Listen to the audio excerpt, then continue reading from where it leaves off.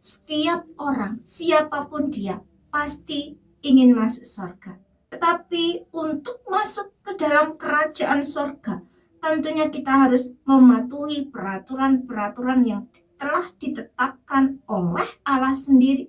Karena Allah lah yang mempunyai kerajaan surga.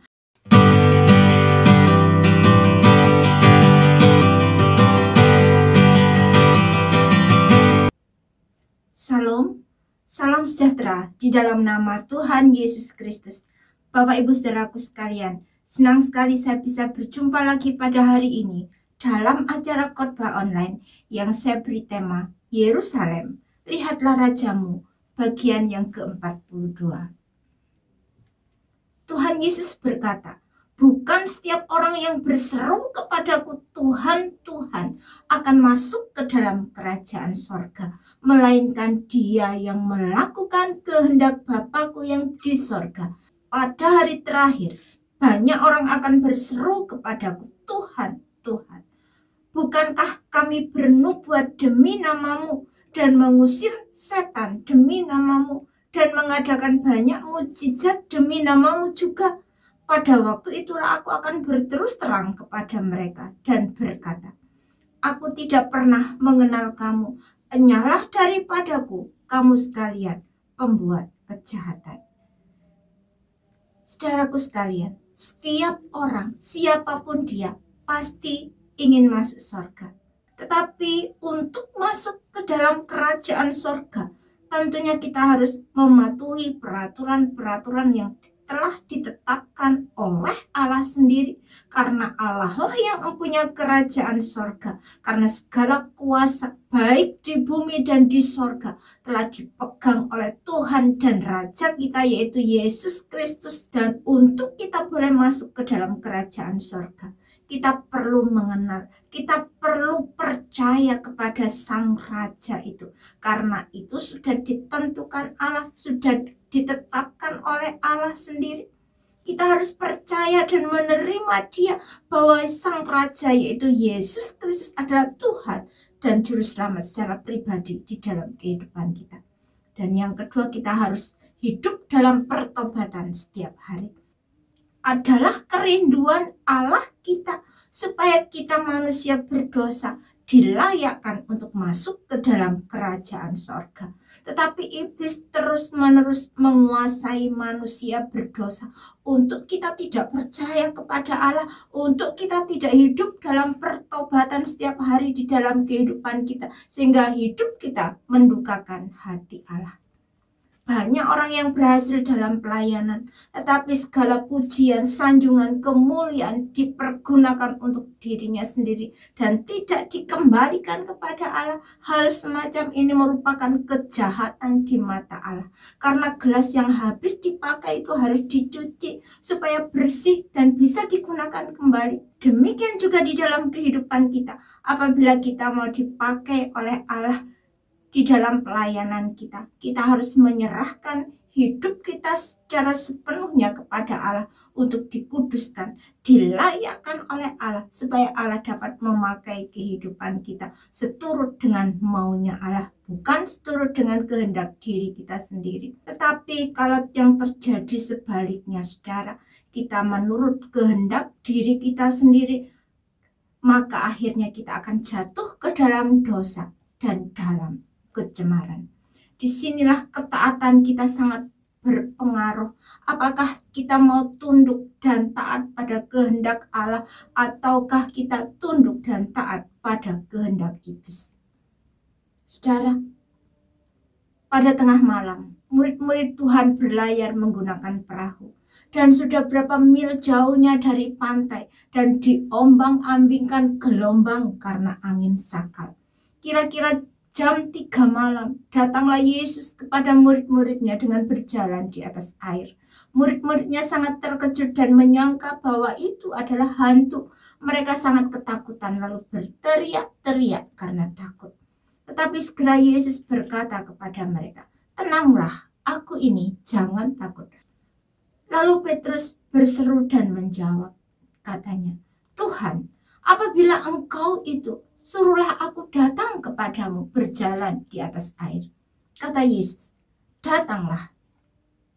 Petrus pun turun dari perahu dan berjalan di atas air mendapatkan Yesus.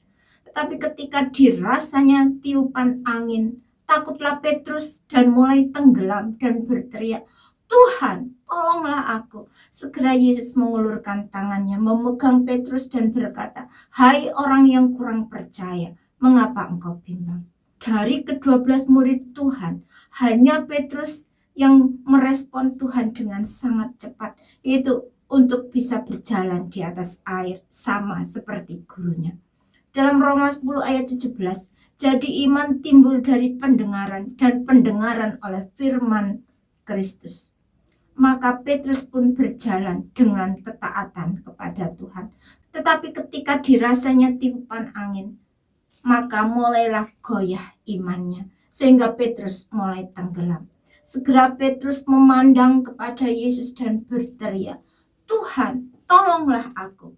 Dan segera Tuhan Yesus menolongnya serta berkata, "Hai orang yang kurang percaya, mengapa engkau bimbang?" Saudara, kurang percaya, rasa takut itu berasal dari iblis. Sebab Allah memberikan kepada kita bukan roh ketakutan, melainkan roh yang membangkitkan kekuatan, kasih, dan ketertiban. Sebab itu dengan yakin kita berkata, "Tuhan adalah penolongku, aku tidak akan takut apakah yang dilakukan manusia terhadap aku."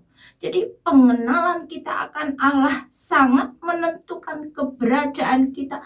Apakah kita mau tunduk dan taat kepada Allah, ataukah kita mau tunduk dan taat kepada iblis. Petrus memiliki dasar pengenalan yang benar kepada Tuhannya. Petrus mengenal Yesus Kristus sebagai Tuhannya karena Petrus senantiasa mengikut Yesus Kristus kemanapun ia pergi.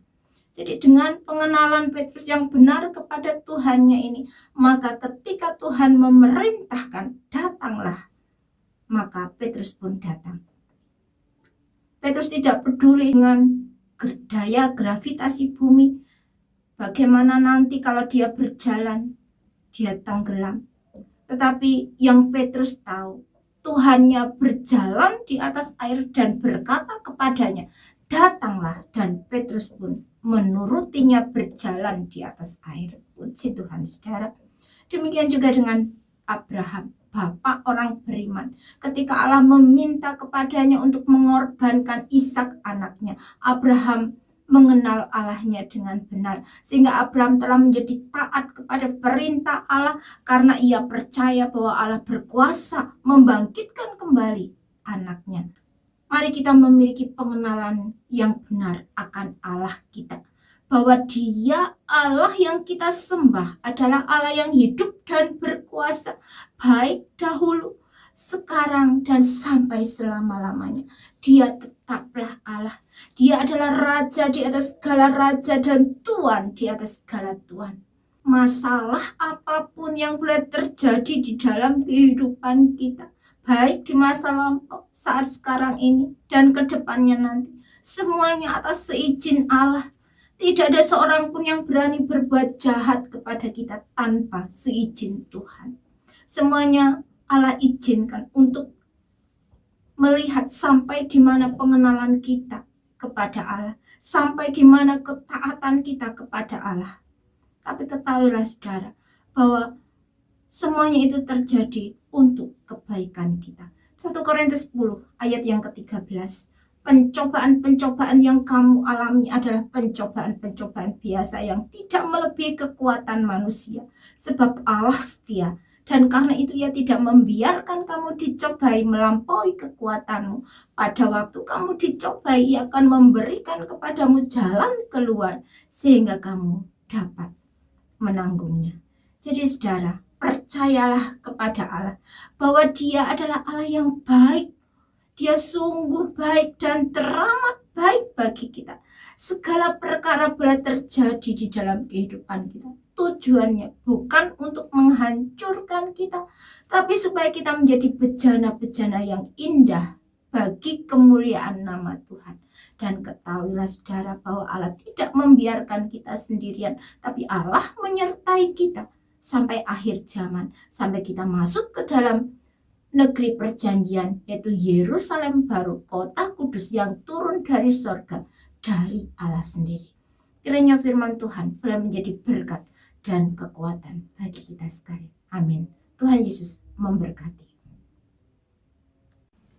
Orang yang duduk dalam lindungan yang maha tinggi dan bermalam dalam naungan yang maha kuasa, akan berkata kepada Tuhan, perlindunganku, pertahananku, Allahku yang ku percayai. Terima kasih Tuhan, terima kasih Allah. Ini iman percaya kami kepadamu Bapa. Terima kasih Tuhan. Engkau Allah kami yang hidup.